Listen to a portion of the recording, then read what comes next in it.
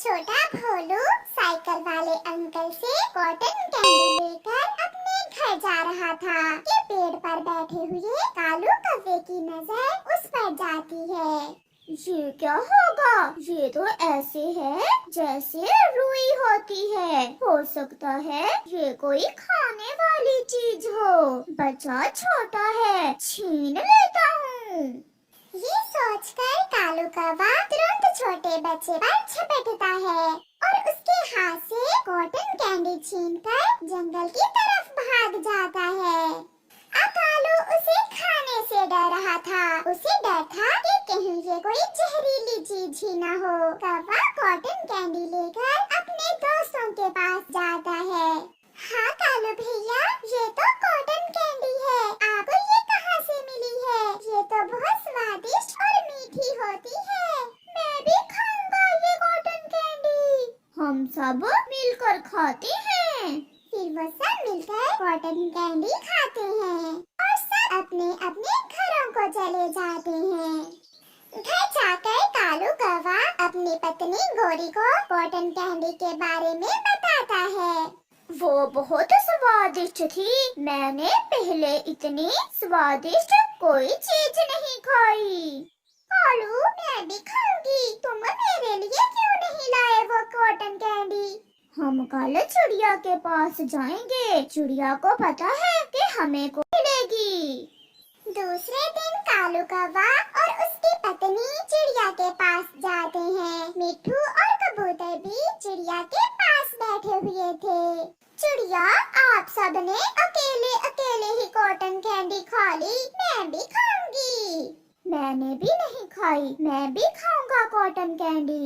Cotton candy तो हमें किसान की पत्नी ही दे सकती है। चलो हम सब मिलकर उसके पास जाते हैं। फिर वो सब पक्षी मिलकर किसान की पत्नी के पास जाते हैं। मगर मेरे पास तो पैसे नहीं है। साइकिल वाले अंकल पैसों के बदले देते हैं कॉटन कैंडी। आप हमें कोई उपाय बताएं। मेरा कॉटन कैंडी खाने को बहुत मन कर रहा है। आप सब ऐसा करें कि अपने जंगल से कोई दाना या कोई फल ले आए। साइकिल वाला अंकल चीजों के बदले में भी कॉटन कैंडी दे देता है। ये सुनकर वो सब बहुत खुश होते हैं। वो वापिस उड़ते हैं। मिट्ठू तोता जल्दी जल्दी अपने लिए एक अमरूद ढूंढ लेता है। चिड़िया को भी दाना मिल जाता है। कबूतर ने भी अपने लिए कुछ चनों के दाने ढूंढ लिए थे। मगर कौवों को अभी तक कॉटन कैंडी के बदले देने के लिए कुछ भी न मिला था। कालू, अगर कुछ ना लेकर गए तो किसान की पत्नी हमें साइकिल वाले अंकल से कॉटन कैंडी नहीं लेकर देगी। गोरी, उपाय। मेरे पास एक उपाय है। फिर कालू अपनी पत्नी के कान में अपना उपाय बताता है और वो भी एक थैली लेकर वहाँ से उड़ते हैं। वो सब बहुत तेज उड़ते हैं और थोड़ी ही देर में वो किसान की पत्नी के पास पहुँच जाते हैं। साइकिल की घंटी बजती है और कॉटन कैंडी वाले अंकल भी आ जाते हैं। किसान की पत्नी उसे बुलाती है। अंकल कैंडी वाले, इन पक्षियों के पास पैसे नहीं हैं। इनके पास खाने वाली चीजें हैं। आप ये चीजें लेकर इन्हें कॉटन कैंडी दे दें। मिट्ठू तोते, पहले आप अपना अमरूद दें। फिर मिट्ठू अमरूद के बदले, चिड़िया और कबूतर भी अपने दानों के बदले कॉटन कैंडी ले लेते हैं। फिर आखिर में कौवे अपनी थैली देते हैं। इस थैली का बोझ ज्यादा है। लगता है इसमें ज्यादा दाने हैं। हाँ हाँ कैंडी वाले अंकल, अब जल्दी से हमें दो कॉटन कैंडी। मुझे जरूरी काम जाना है। मगर कैंडी वाला अंकल वो थैली खोल लेता है। उसमें तो कंकरियाँ और पत्थर थे। अपने दोस्तों के सामने कौवे बहुत शर्मिंदा होते हैं। कौवो, आपने धोखा किया। तुम नहीं सुधरोगे कौवो। मैं तो समझा था कि हम इंसानों में ही ऐसे बुरे इंसान होते हैं, मगर पक्षी भी ऐसे होते हैं। मुझे आज पता चला। सॉरी, मेरा कॉटन कैंडी खाने को बहुत मन कर रहा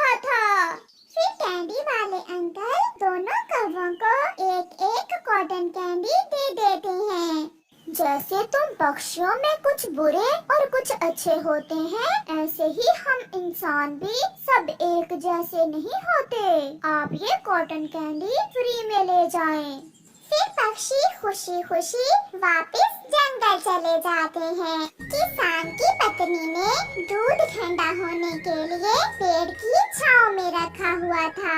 उसी पेड़ पर दुष्ट कौवा अपनी गंदी चोंच के साथ बैठा हुआ दूध की डेगची की तरफ देखे जा रहा था। फिर जैसे ही किसान की पत्नी का देहात दूसरी तरफ होता है, कौवा जल्दी से दूध की डेगची पर आकर बैठ जाता है। छी छी कौवे, गंदे कौवे, चल भाग यहाँ से। कौवा दूध तो ना पी सका, मगर जाते जाते अपनी गंदी चोंच दूध में डालकर वहाँ से उड़कर थोड़ी दूर जाकर बैठ जाता है। गंदी चोंच वाला कौवा मेरा सारा दूध गंदा कर गया। अब ये दूध तो मेरे काम का नहीं रहा।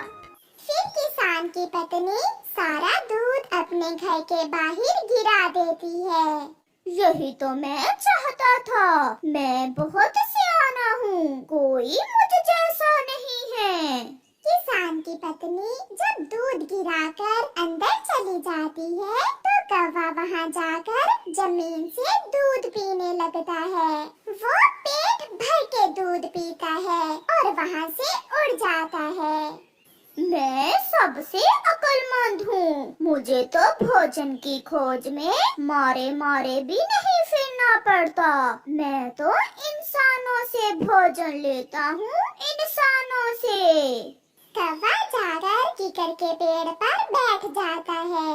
कौवे, अपनी चोंच तो साफ कर लो, कितनी गंदी है तुम्हारी चोंच। इसी गंदी चोंच के कारण तो इंसान मेरी झूठी चीजें फेंक देते हैं जो मेरे काम आती हैं। तुम क्या जानो मिठू, मैंने आज इसी गंदी चोंच के कारण किसान के घर से दूध पिया है, दूध। कौवा ऐसे अपनी गंदी चोंच की बढ़ैया करता है। फिर एक दिन कौवा किसान के घर जाता है और किसान की पत्नी आटा गूंद रही थी। कौवा तेजी से आता है और अपनी गंदी चोंच किसान की पत्नी के आटे में डालकर भाग जाता है। ये कौवे बहुत दुष्ट और गंदे होते हैं। मेरा सारा आटा खराब कर दिया इस कौवे ने। किसान की पत्नी सारा आटा छत पर गिरा देती है। यही तो कालू कौवा चाहता था। कौवा भी वहाँ आ जाता है और मजे मजे से आटा खाने लगता है। उसे आटा खाता देखकर उसी की जाति के एक दो और कौवे भी वहाँ आ जाते हैं। सुनो दोस्त, तुम कैसे भोजन ढूंढते हो? मैं तो इंसानों के भोजन में अपनी गंदी चोंच डाल देता हूँ, फिर इंसान वो भोजन फेंक देते हैं और मेरे काम आता है। और तुम क्या करते हो दोस्त?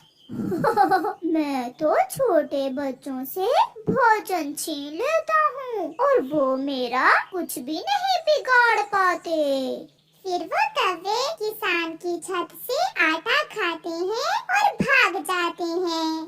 जंगल में जाकर कालू कौवा दूसरे पक्षियों के सामने अपनी बढ़ैया करता। मैं पीछे से गया। जब किसान की पत्नी ने दूध छांव में रखा तो मैंने पीछे से जाकर अपनी गंदी चोंच दूध में डाल दी। कौवे भैया, हम सब पक्षी यही समझते हैं कि इंसान बहुत बुरा है, मगर तुम तो इंसानों से भी ज्यादा बुरे हुए। जिस दिन गोली मारेगा इंसान इसे, तो फिर पता चलेगा इस काले कौवे को कि इंसान इतना जालिम होता है। चलो चलो मोटे कबूतर, अपना काम करो। मैं तो जा रहा हूँ आज मिठाई खाने। अगर किसी ने जाना है तो आ जाए मेरे साथ। नहीं काले कौवे, हम तो दाना ही खा लेंगे। तुम ही जाकर इंसानों से मिठाई ना खाओ।